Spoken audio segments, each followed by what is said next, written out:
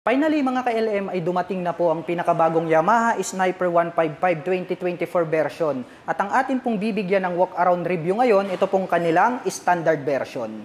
Gaano nga ba kaganda ang motorsiklo na ito? Yan ang ating aalamin ngayon. Tara!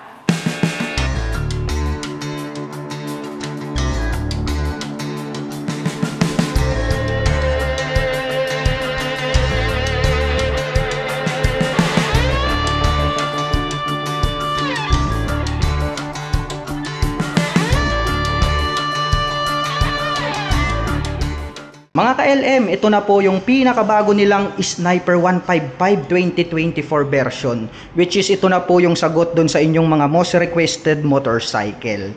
Bagong-bago, no? Talagang napakaganda astig ng dating nito pong kanilang Sniper 155. Makikita natin dito yung mga noticeable changes. Unang-una, dito po sa kanyang visor, dito sa bandang itaas. Sharp na po yung kanyang edges. Nagkaroon pa po siya rito ng V-shape design in black color. At pag ating sinilip tong pointed na to, napakaganda talaga ng dating nitong kanyang headlight. LED na rin po siya. Nahawig talaga siya sa isang robot, no, o di kaya yung Gundam. At ito pong kanyang front pairings, bago na rin. Naka-emboss tong part na to, maskuladong maskulado. Nagkaroon po siya rito ng V-shape design na tatlo. Nagkaroon ng pattern. Yan ang mga bago na makikita natin dito sa kanyang itsura. At dito naman po sa gitna, mayroon naman po ritong Yamaha logo. At dito naman po sa bandang ibaba, may nakalagay po rito na Sniper in gray color. Ito po yung kanyang model name. At dito naman po sa kabila, may nakalagay naman po rito ngayon na assist in sleeper clutch. Which is ang kagandahan naman yan pagdating po sa ating shifting, no? Downshifting, hindi na po dudugso-dugso itong ating Sniper. Smooth na smooth pa rin yung kanyang takbo pagdating po sa high speed RPM. Yun ang kagandahan po ng assist in sleeper clutch. Sa kabila naman po, may decal na rin po na nakalagay rito na liquid cooled, which is maaasahan naman natin, no, pang long endurance, kasi nga ang liquid cooled ay pwede po natin yang ibabad maghapon magdamag pagdating po sa mga malalayong biyahe. At napakaganda talaga nito pong kanyang design ng kanyang headlight, no. Rito sa bandang itaas, kitang-kita tong kanyang parang kilay na daytime running light. Napakaganda. At pag ating sinilip, sharp yung edges nitong kanyang main light. LED na rin po itong kanyang main headlight. Pointed din yung pagkakadesign dito po sa bandang harapan. Hanggang rito po, sharp yung edges nitong kanyang front fairings. Pagdating naman po rito sa kanyang front suspension, ito po ay equipped with traditional telescopic fork. Matte black yung color. At yung kanya pong front fender, napakaganda rin, no? Glossy yung finish. May Yamaha decal rito sa bandang harapan. At pagdating naman po rito sa kanyang front braking system, ito po ay equipped with single rotor disc brake along with single pot caliper. Gold yung kanyang color. At ito pong kanyang mags, very attractive, no? Star design, and then orange po yung kanyang color. Kaya talagang agaw pansin sa ating mga paningin. At mayroon naman po itong sukat ng gulong rito sa harapan na 90 by 80/17. Ang kanya naman pong stock tires pang city riding condition. Well, dumako naman po tayo rito sa bandang itaas. Silipin naman po natin ito pong kanyang fully digital meter panel display. Napakalapad talaga. Very visible po lahat ng mga details and informations na pwede po nating makita and then malaman dito sa ating motorcycle. Ito po, bago rin po to, makikita natin dito sa bandang itaas. May nakalagay po rito na 155 na rubberized tsaka BBA. At mayroon naman po tayong single button selector na nandirito sa gitna. At dito naman po sa mga button selector, mayroon po tayo ritong high beam and low beam. May passing light na rin po yan, converted na rin po siya. Mayroon po tayo ritong turn signal selector, horn, and then nandirito naman po itong ating clutch, napakalambot. Sa kabila po, mayroon po itong engine kill switch, mayroon po siyang hazard and then electric starter. Nandirito naman po itong kanyang front brake. Ang kanya naman pong stock na mga side mirrors is dahon type po siya na black color. Mapunta naman po tayo rito sa kanyang fairings, no, dito sa side, dahil nga itong kanyang side profile, ito po yung nagbibigay ng isa sa mga pagkamacho, and then yung kanyang napakagandang appearance. Dito sa bandang itaas, meron po tayo ritong Yamaha logo. Nandirito naman po yung positioning nito pong kanyang turn signals. Valve type po yung kanyang ginagamit. May nakalagay naman po rito na fuel injection, which is ang kagandahan naman nito, 155cc siya pero matipid po siya sa pagkonsumo ng gasolina dahil nga naka-FI na po to.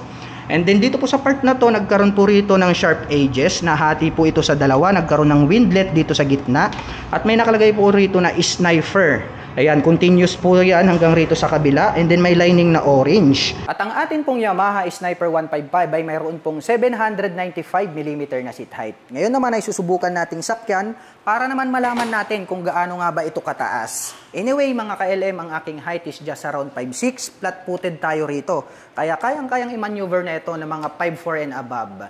At lalong-lalo na para sa akin na 5'6" in height. Anyway mga ka-LM, ito po palang ating Yamaha Sniper ay mayroon po itong 155 cubic centimeter engine displacement.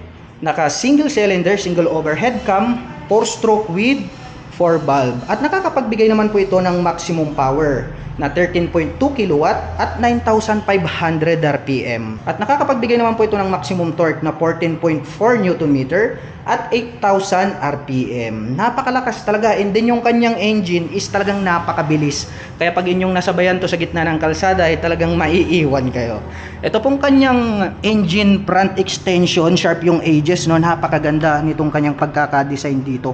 Pointed po yung kanyang dating. At dito naman po sa kanyang side cover, may nakalagay ulit rito na BBA, orange color. Meaning to say is variable valve actuation. Nag-a-activate naman po yan kapag na-reach nyo na po yung kanyang peak RPM, which is nagkakaroon po siya ng additional speed and then power. Yun ang kagandahan nitong kanilang BBA. At ito naman pong kanyang shifter ay equipped po ito ng 6-speed manual transmission. Ang kanyang pillion step is alloy, tas nagkaroon po siya ng rubber cover on top. Ito naman pong kanyang pillion step sa ating back rider is cast po siya na silver. Yung kanya pong brace rito is cast na rin po siya anti-rust. Very durable and lightweight po yan. Nagkaroon na rin po siya rito ng sprocket cover na matte black. Sharp din yung edges. Mayroon din po itong integrated na chain cover. Ayan o, napakahaba matte black. At ang kagandahan, nagkaroon pa siya rito ng mudguard. So, napre-prevent naman po niya na matalsikan po ng mga putik or dumi ito pong other body parts nitong ating motorcycle. At mayroon naman po itong square type na metal swing arm, napakahaba rin, no? Parang Thai concept. At pagdating naman po rito sa kanyang rear suspension, na-equip po ito ng monoshock absorber. Silver naman po yung kanyang coil spring. Ang kagandahan niya ay nakakapagbigay po yan ng accurate na bouncing performance. Dito po sa kanyang side profile pala, nagkaroon pala rito ng butas, no? Sharp na sharp tong edges na to. At dito sa bandang itaas, may decal po rito na 155 in silver color. Nagkaroon naman po ng lining na orange gray, tas black color naman po siya. Silipin naman po natin ito pong kanyang upuan. Napakaganda ngayon nitong design ng kanyang upuan, ha. Kasi nga makikita natin dito gray color and then matte black. Nagkaroon ng mga butas-butas na design dyan. And then yung kanyang pagkakatahi is durable, white color naman. Very comfortable sakyan dahil nga napakalampot nitong kanyang upuan. At pagdating naman po sa kanyang ignition, ito po ay equipped with mechanical key.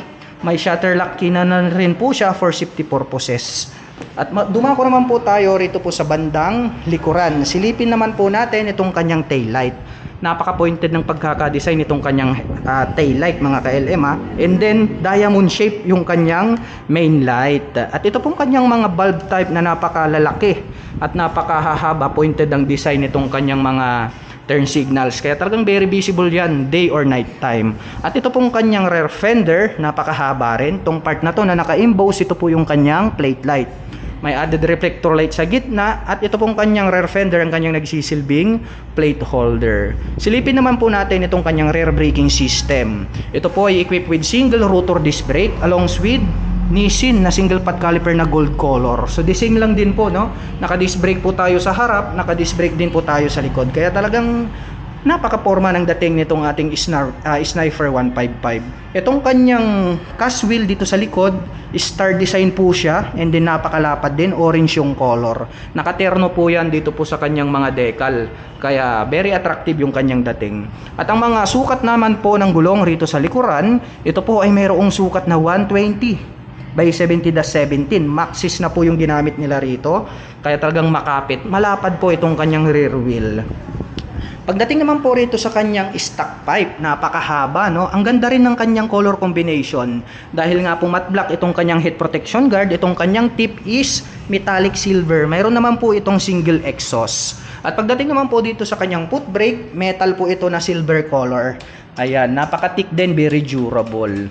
Ang lupit talaga nitong kanilang Yamaha 155. Kaya nga madami pa rin ang hindi nag-switch sa ibang brand dahil nga ang inaantay talaga nila ito pong pinakabagong Sniper 155 2024 version. At ang presyo po pala nitong pinakabagong Yamaha natin na Sniper 155 ay nagkakahalaga po ito ng 127,900 pesos. Yan po yung kanyang cash price ha. Included na rin po dyan yung kanyang 3 years registration.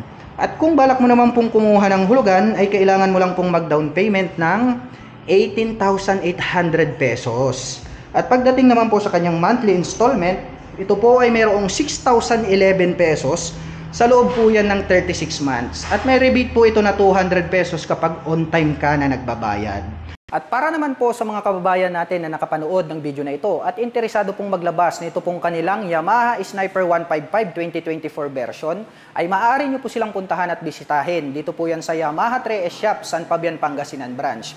At para naman po sa aking mga Pelo followers and subscribers na gusto pong mag-order nitong ating dekalidad clothing, riding jersey, ay available po ito sa ating shop. At ito po ang link ay aking ilalagay dyan po sa description box sa ibaba. Pumili na lang po kayo ng mga design na gusto nyo dahil marami po talaga kayong pagpipilian. At para naman po sa mga kababayan natin na nais magpunta rito, ang kanila pong operation time is starting 8:30 AM until 5:30 PM from Monday to Saturday.